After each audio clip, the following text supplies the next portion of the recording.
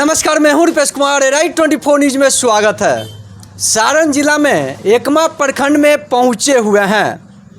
मेरे सामने आशीष बाबा सेवा सदन के पास डॉक्टर अनंत कुमार ने किस तरह से अपने मरीजों को देखने का कार्य करते हैं। मेरे सामने डॉक्टर साहब उपस्थित हैं, इनसे भी हम बातचीत करना चाहेंगे। सबसे पहले डॉक्टर साहब, राइट 24 न्यूज में आपका स्वागत है। जी, बहुत बहुत धन्यवाद, आपका भी स्वागत है। किस तरह से देहातों की मरीजों के लिए अपने देखने का कार्य करते हैं? देखिए, ग्रामीण परिवेश में जो भी मरीज आते हैं काफ़ी गरीब गुरबा लोग होते हैं और कम संसाधनों में उनको समुचित इलाज की व्यवस्था हमारे यहाँ उपलब्ध है। पैसा किसी के पास रहे नहीं रहे, हमारा सेवा भावना से अनवरत विगत 40 सालों से यह छोटा सा एक क्लिनिक जो है संचालित होते आ रहा है, जिसके संस्थापक हमारे नाना जी डॉक्टर रामदास उपाध्याय और जसी बाबा थे। उन्होंने ग्रामीण क्षेत्र के लोगों को सेवा भावना से इलाज करने के लिए इस संस्थान का निर्माण किया था। आज उनके नहीं रहने के पश्चात हम उनके द्वारा चालू किए गए इस सेवा संस्थान को गरीबों के लिए सेवा में हम भी समर्पित हैं। अच्छा, क्या लगता है डॉक्टर साहब, किस तरह से आपको दादाजी फिर आपके फादर जी आपने सेवा दे रहे हैं? यहाँ के ग्रामीण इलाका है, ग्रामीण इलाका के वजह से यहाँ मरीज पहुँचते हैं। उस तरह के मरीजों को बहुत सारे यहाँ पे क्लिनिक है, वो लोग अपेक्षा आपने किस तरह से सेवा देने का काम करते हैं? देखिए, प्रयास रहता है कि चाहे गरीब हो या अमीर हो, उसके पास पैसा रहे या नहीं रहे, उसकी समुचित इलाज यहाँ पर हम लोग करते हैं और एक सही सुझाव अपने मरीजों को देने का हम लोग प्रयास करते हैं, जिसका नतीजा है कि आज भी इस क्षेत्र के जितने भी लोग हैं, मरीज हैं, उन सबको हमारे और हमारे दादाजी के ऊपर जो विश्वास टिका हुआ है, हम उस विश्वास को निभाने का प्रयास कर रहे हैं। जी जी। अच्छा डॉक्टर साहब, एक चीज़ और पूछेंगे, किस तरह से अभी मौसम चल रहा है, गर्मी की मौसम है, अभी बारिश भी हो रही है। इस तरह के मौसम और बारिश के मौसम को देखते हुए किस तरह से मरीज आपके पास पहुंचने का प्रयास कर रहे हैं? ऐसे देखिए, मानसून के समय थोड़ी सी बीमारियों का प्रकोप बढ़ जाता है।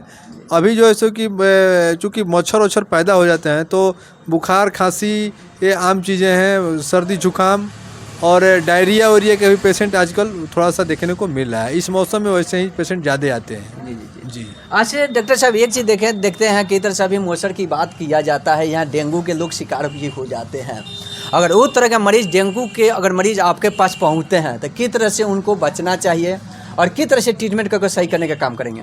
देखिए, डेंगू का जो मरीज होता है वो एक मच्छर के काटने से होता है और आजकल बरसात में हम सभी लोगों को यह सुझाव देना चाहते हैं कि कहीं भी पानी को जमा नहीं होने दें। कहीं आप देखते हैं टायर में पानी जम जाता है, कहीं गाड़ी का टायर जो रखा रहता है उसमें या नाद उद में या कोई भी जगह है जहाँ पानी जम जाता है, तो वो पानी अगर जमेगा तो उसमें से डेंगू का मच्छर पैदा होगा। वही मच्छर काटता है तो हम लोग को डेंगू होता है। तो डेंगू से बचाव के लिए अपने अगल बगल आस पड़ोस में साफ़ सफाई बहुत ज़रूरी है और पानी की शुद्धता चाहिए और यही सब बचाव है। मच्छरदानी का इस्तेमाल करें अधिक से अधिक। हाँ। अच्छा डॉक्टर साहब, एक चीज़ और देखा जाता है, कहाँ तक हम लोग देहात में रहते हैं, देहात का ही बात किया जाए, एक चीज़ अब बहुत तेज़ी से अभी देखा जाता है मरीजों के कहाँ गवर्नमेंट सेक्टर में एक चीज़ देखा जाता है, मिनी स्वास्थ्य केंद्र।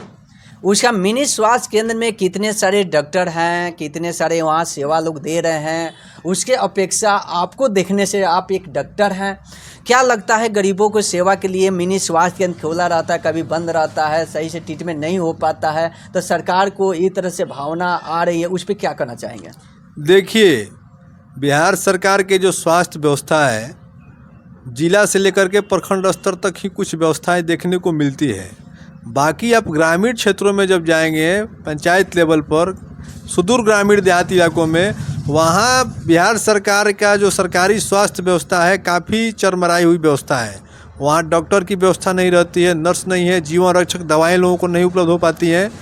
तो हम तो बिहार सरकार से यही मांग करते हैं कि बिहार सरकार ने बिहार के 16,000 ग्रामीण चिकित्सकों को ट्रेंड किया था बिहार में स्वास्थ्य सेवाओं में सुविधा देने के लिए, और सरकार ने ये वादा किया था कि आपको ट्रेनिंग के पश्चात कहीं ना कहीं हम समायोजन करेंगे।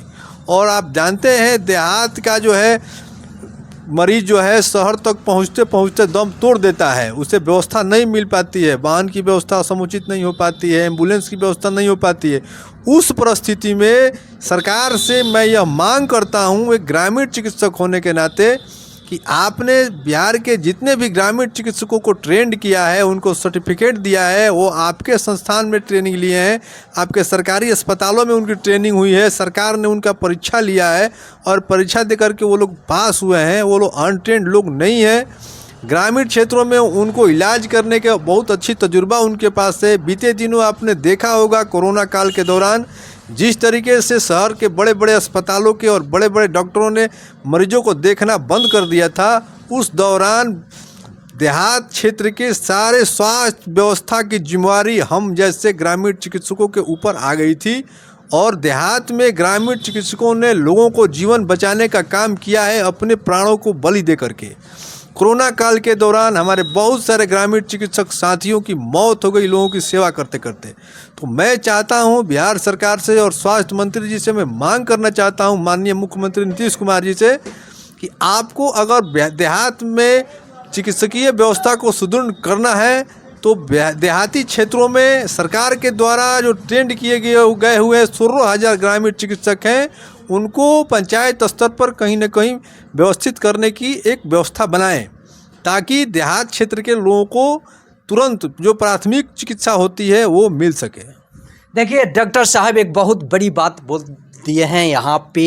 इन्होंने प्राइवेट से क्लिनिक चलाने का काम करते हैं, इनके दादाजी भी सेवा करने, इस हिसाब से यहाँ ग्रामीण को भी इन्हें नज़र रखते हुए कितने मिनी स्वास्थ्य केंद्र हैं और किस तरह से डॉक्टर साहब ने बातों को रखे हैं। ये सही अगर सारे जगह सुधार होने लगेगी तो ये प्राइवेट डॉक्टर बैठ रहे हैं वहाँ पे भी ग्रामीण कहाँ तक मरीज हैं वहाँ पे उनको सेवा मिलने की तो कोई ज़रूरत नहीं है, कोई प्राइवेट डॉक्टर के पास वो लोग को जाने की ज़रूरत पड़ेगी।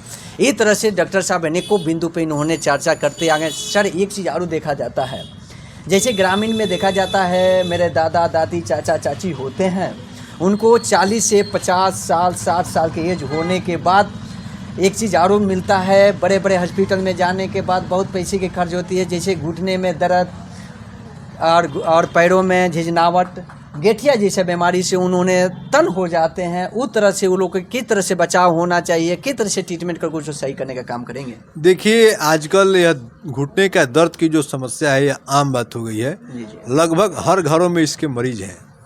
तो इसकी समुचित इलाज है, एलोपैथ में भी है और आयुर्वेद में भी है। आप योगासन भी करके इसको बहुत हद तक कम कर सकते हैं। ऐसे आमतौर पर हम लोग सोचते हैं, लोगों के मन में यह धारणा है कि दर्द निवारक गोलियों का इस्तेमाल कम किया जाता है, कम करना चाहिए। इस तरीके से आप योग विद्या को अपना करके और आयुर्वेद को अपना करके आप बहुत हद तक दर्द की समस्या से निजात पा सकते हैं।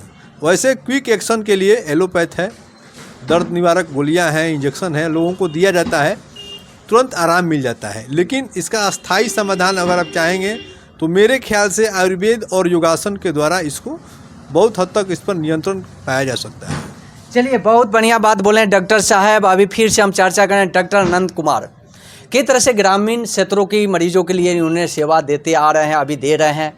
इनकी कितनी सारी बातें बोली गई है, हम यही कहेंगे एक बार आप लोग देखते होंगे राइट 24 न्यूज़ में, तो आप ज़रूर यूट्यूब पर सब्सक्राइब करेंगे और फेसबुक पेज इन पर देखते होंगे तो इसको फॉलो और लाइक ज़रूर करेंगे। आप बने रहें राइट 24 न्यूज़ में। नमस्कार।